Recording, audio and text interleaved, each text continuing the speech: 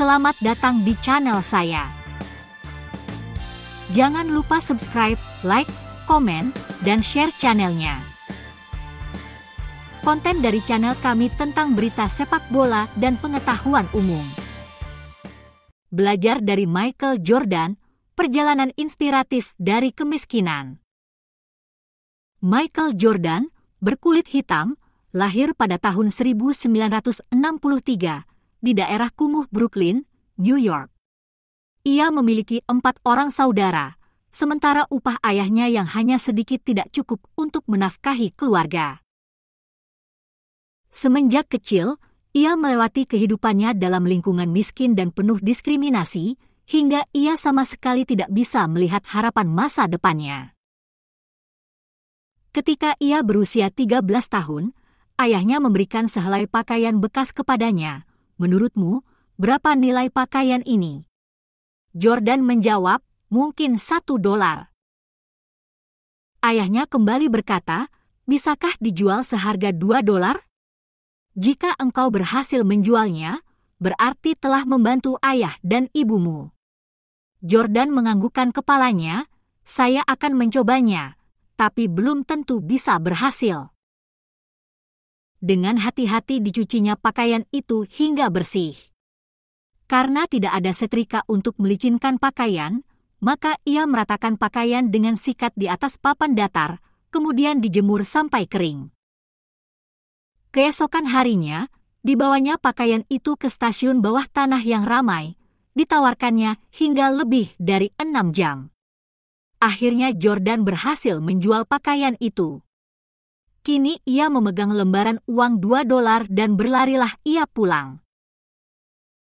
Setelah itu, setiap hari ia mencari pakaian bekas, lalu dirapikan kembali dan dijualnya di keramaian. Lebih dari 10 hari kemudian, ayahnya kembali menyerahkan sepotong pakaian bekas kepadanya.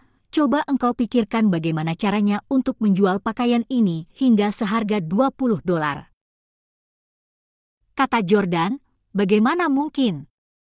Pakaian ini paling tinggi nilainya hanya $2. Ayahnya kembali memberikan inspirasi, mengapa engkau tidak mencobanya dulu? Pasti ada jalan. Akhirnya, Jordan mendapatkan satu ide. Ia meminta bantuan sepupunya yang belajar melukis untuk menggambarkan Donald bebek yang lucu dan Mickey Mouse yang nakal pada pakaian itu. Lalu ia berusaha menjualnya di sebuah sekolah anak orang kaya.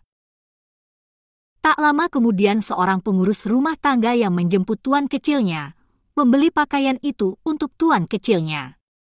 Tuan kecil itu yang berusia 10 tahun sangat menyukai pakaian itu, sehingga ia memberikan tip $5. Tentu saja $25 adalah jumlah yang besar bagi Jordan, setara dengan 1 bulan gaji dari ayahnya.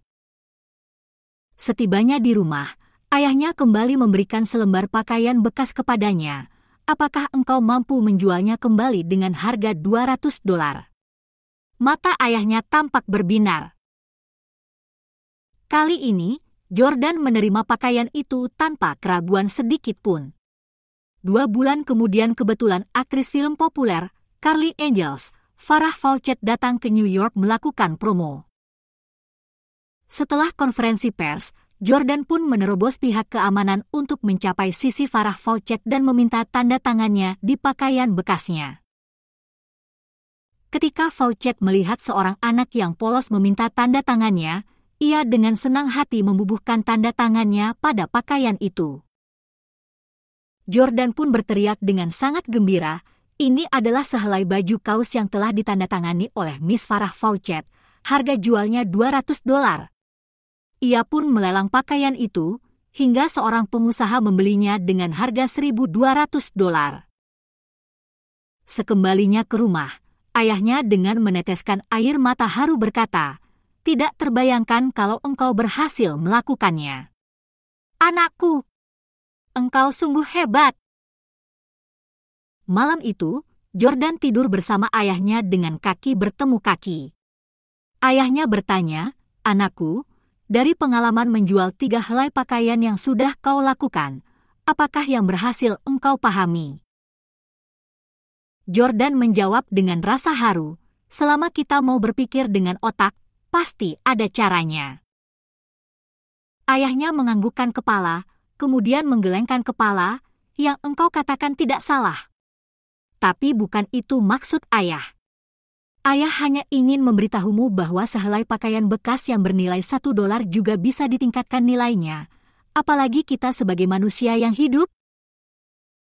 Mungkin kita berkulit lebih gelap dan lebih miskin, tapi apa bedanya? Tergantung bagaimana kita mendayagunakan potensi yang ada dalam diri kita masing-masing. Seketika dalam pikiran Jordan seakan ada matahari yang terbit.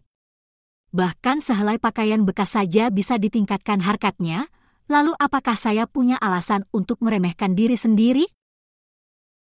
Sejak saat itu, dalam hal apapun, Michael Jordan merasa bahwa masa depannya indah dan penuh harapan. Dia mengasah potensinya hingga akhirnya dia menjadi salah seorang pemain basket yang paling kaya di dunia. Marcelino Ferdinand tunjukkan keahlian juggling di Oxford United. Wonderkid timnas Indonesia, Marcelino Ferdinand, menunjukkan kegemilangannya dengan mengalahkan rekan setimnya, Ula Romeni, dalam olah bola. Pemain muda berusia 20 tahun itu mampu mengalahkan Ula Romeni dalam olah bola saat melakukan juggling dengan menggunakan bola rugby. Hal ini terlihat dalam video unggahan Oxford United, di mana Marcelino Ferdinand beradu juggling dengan calon rekannya di timnas Indonesia itu beserta beberapa rekan setim dan pelatihnya. Dalam video tersebut, Marcelino mendapat kesempatan kedua untuk melakukan juggling setelah Ula Romeni memberikannya bola rugby itu. Pemain yang lebih muda dulu, kata Ula Romeni sembari melemparkan bola rugby kepada jebolan Akademi Persebaya Surabaya itu.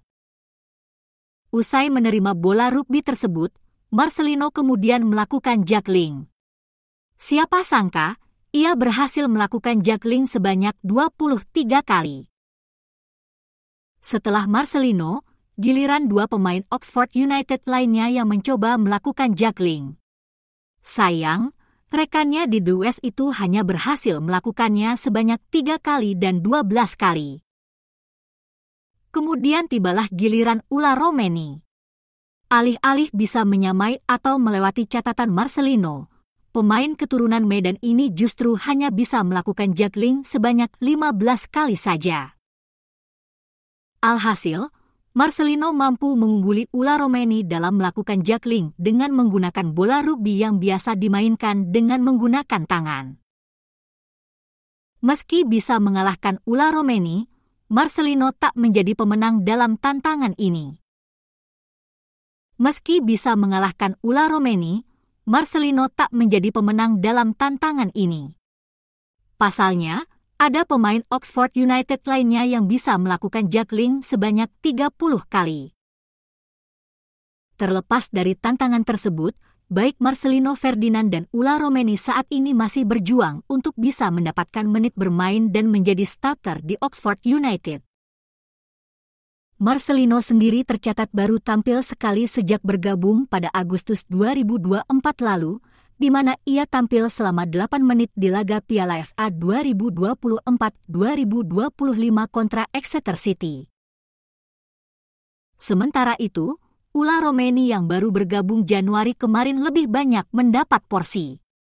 Tercatat ia telah tampil 3 kali bagi The West dengan total 25 menit bermain. Dalam waktu kurang dari 40 hari lagi, baik Marcelino dan Ula Romeni akan bersama-sama kembali ke tanah air guna membela timnas Indonesia untuk melakoni kualifikasi Piala Dunia 2026. Hanya saja Ula Romeni harus menuntaskan naturalisasinya sebelum nantinya bergabung dengan Marcelino ke skuad Garuda untuk menghadapi Australia dan Bahrain pada Maret mendatang.